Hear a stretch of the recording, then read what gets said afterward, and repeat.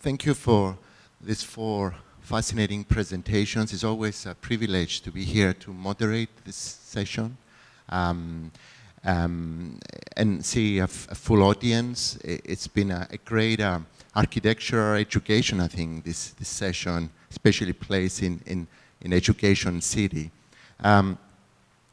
I would like to start by making some comments, some observations that hopefully will lead to an interesting discussion. It seems that there are 2 interesting issues here from linking this session with the morning one. There's the notion of translation and then the notion of transition. Translation of an individual architect working in this region, coming in with observations, obsessions, whether issues of poetics of space, geology and the pattern of landscape, calligraphy, the free form, notions of modernity, and so on. And we've seen some amazing narratives, how one can take the individual concept of an architect and translating that into projects for institutions in this master plan and series of projects. On the other hand, this morning we've seen the evolution of the master plan, which was, as Rem said, it's a non-Western, if you like, interpretation of the master plan, which I found really interesting in the sense that the master plan is not very deterministic. It's almost informal and almost incomplete for various circumstances. We had 24 versions of the master plan. And I think that's great in looking at master plans in other parts of the Gulf, that they're extremely determine exactly how the 3-dimensionality of the final development will be. In this case, it's not. And I think the incomplete or the informal and the open for interpretation nature of this master plan has allowed the 3-dimensional interpretation and a certain individual approach and a freedom of the 4 projects or the 4 architects we've seen to almost complete what the plan kind of suggested, and the notions of 3-dimensionality is interesting. So this transition from the exterior to the immediate space of the projects and then to the interiors has been, I think, incredibly successful. So there's these notions of translation of ideas and then the transition of the master plan to the interior. We've seen some incredible interiors here. I think all projects work incredibly well into the experience, whether it's the open atrium, the reflective atrium, the clay masonry wall versus the digital and media interior, which I think works really well, and the free form, the calligraphical, if you like, transition of the interior in other projects. So in that sense, I would like to start the first question. How challenging has been your invitation and your work here, translating your own ideas, let's say more Western-based ideas, into our locality here, and how difficult or how easy, and how do you see this translation of your own ideas into this what appear to be, and I think they're extremely successful projects?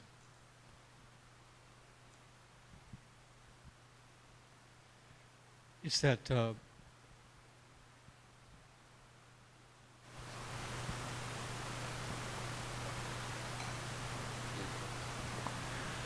that notion of I spoke of shell and lining. There's a schizophrenia about a U.S. program migrating to the Arabian Desert, and I think it's an interesting pathology in a way, because you really have to. I talked about the fortress response. You really have to defend against this desert. There's no escaping that. And then the juxtaposition of a Western program upon that is enriching, actually, because for me it engendered a kind of simple, pretty direct envelope. I mean, it's shaped, but it's kind of a box that's deformed a bit. And then an internal program that is very lively, spirited, multi-directional. So I thought that juxtaposition was really challenging and really a good thing.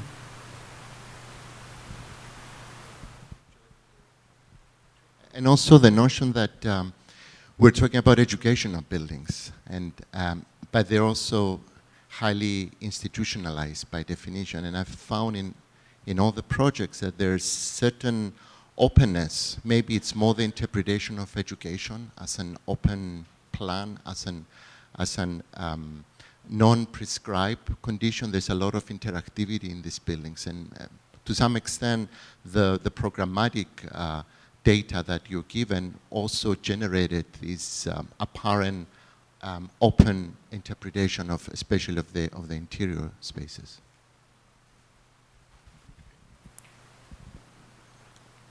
Well, I think that what I found fascinating, let's say, of today's presentation is to see how from 4 very different backgrounds, you see very different approaches to what to build in educational city now.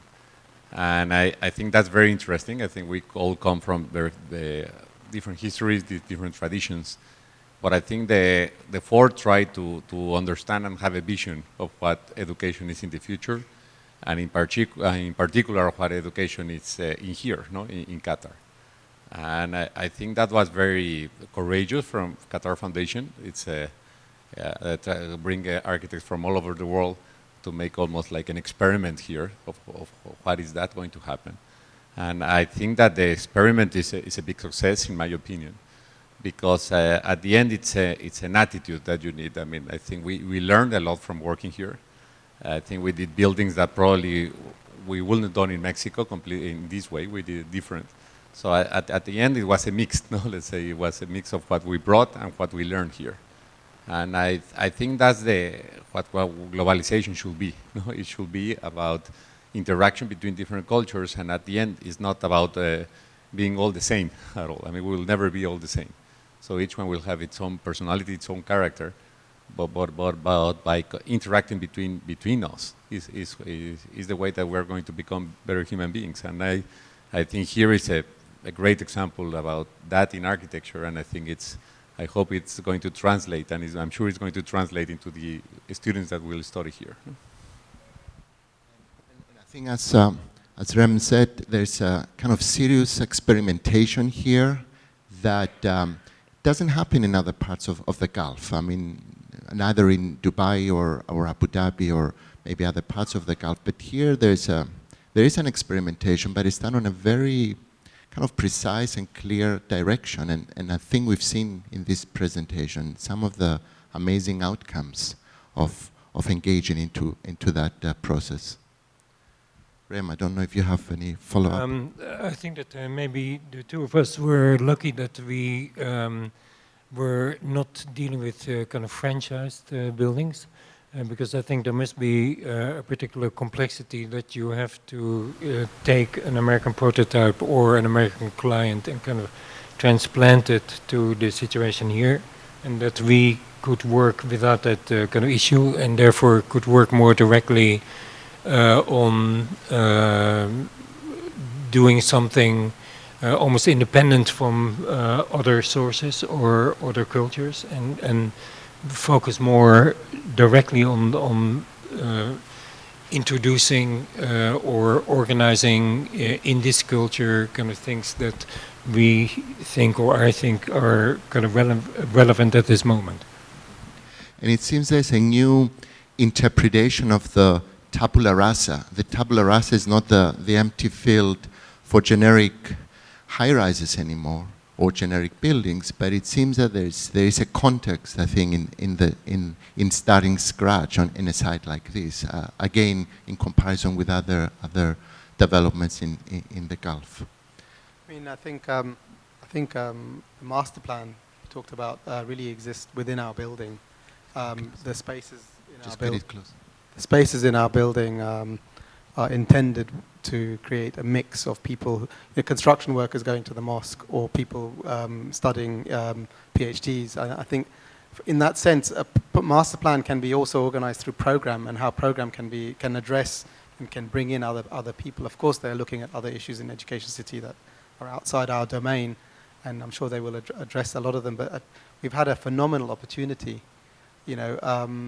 and our project, I think, doesn't just talk about Qatar, and it's also the wider Middle East sense of what's happening and how we can be optimistic about the future, I think. I think it's really interesting for me listening to the presentations that were really good. Thank you very much for them. How all the buildings try to sit in their own context. And like Rem was saying, that he was in between Isozaki buildings. And in our case, we were like in an empty plot because we didn't have any neighbors. And we just knew we had like a huge road behind us and oxygen part. So our building really tried to create his own context and try to relate. And then Antoine came and he really tried to, talk to us, to our building, and we tried to talk to each other. So I think even if the master plan was like open, we tried to all relate to it in a sense. I wonder if there are any questions. Maybe we can take one, most two questions rather than comments.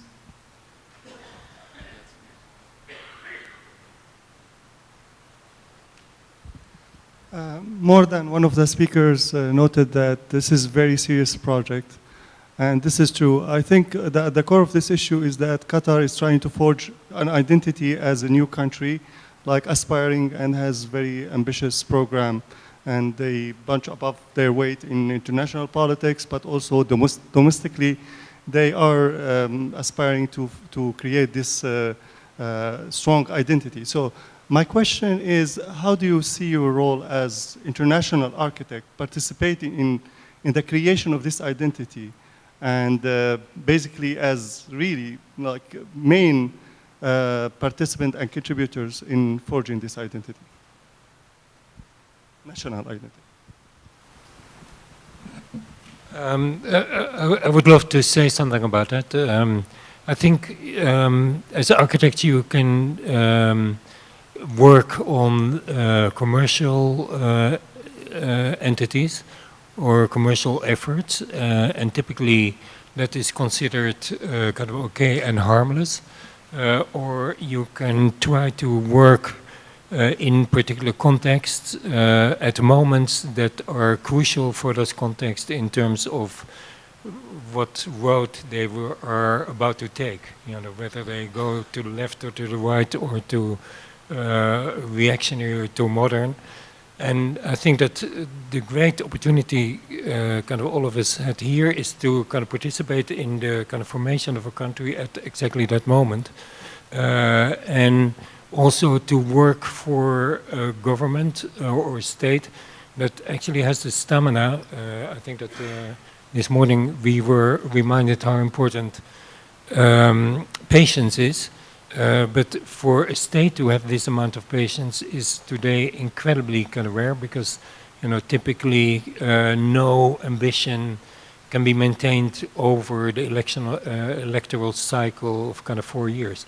So in that sense, to work in these moments is really, I think, the most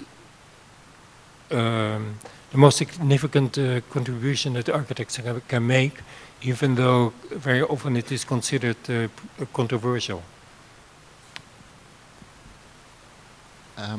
One more question.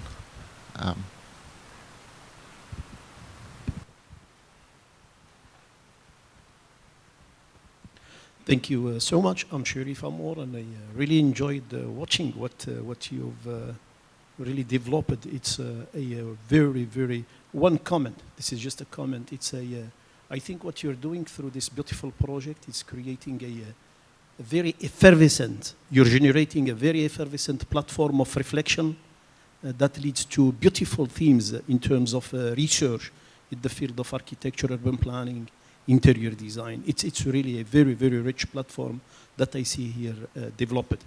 I have few comments. Another comment and another question. The other comment is really, what I am seeing is we have a tendency to address this beautiful project from an architectural perspective. The theme would be seen much more at the architectural shell, but we don't see it at the interior environment. I'm coming from the interior perspective, and I would explain myself. So for example, this morning I was seeing for this example of the cedar tree. So the example was all of it about, you know, the cedar tree, but at the interior level, there is a disconnect almost between what is happening on the external shell, the architectural context, then the interior. I saw that in the Qatar Foundation headquarters, where, you know, here we have almost a purist composition from the outside with the beautiful game of this windows with certain reflection. Then the interior is becoming something totally different. I don't know if what is the reasoning over there. What is the symbiosis between the architectural context and the interior environment? I do know for sure, research shows that we do not experience a lot architecture. It's just 10, 15 minutes, you're crossing the building. But the living within, it's more than 8 and 10 hours. And I believe this is coming still from the modernist and the postmodernist and the deconstructivist, where we are very, very influenced by these beautiful forms. But the interior environment, we're not giving it enough attention. We are talking more and more about evidence-based design. Where can we produce really environments where people can really, yes, I would stop here. There you go. You got my question and comments. So that was the question. Thank you. Although I think the projects we've seen that have incredible interiors, almost like this hidden jewel of experience and so on. No but doubt. anyway,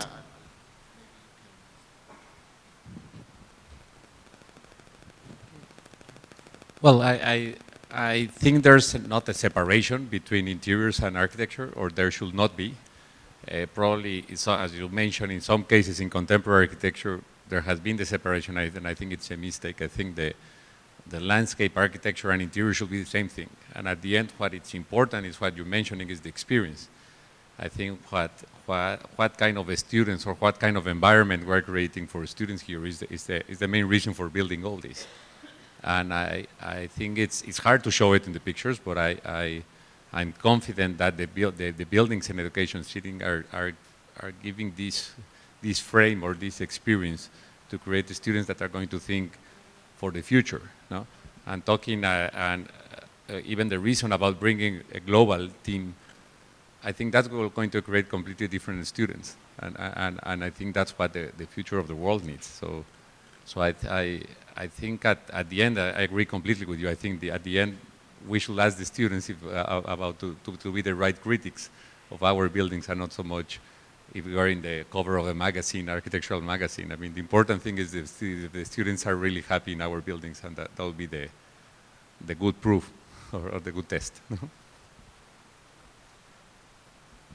So thank you very much for the 4 inspiring presentations. Thank you.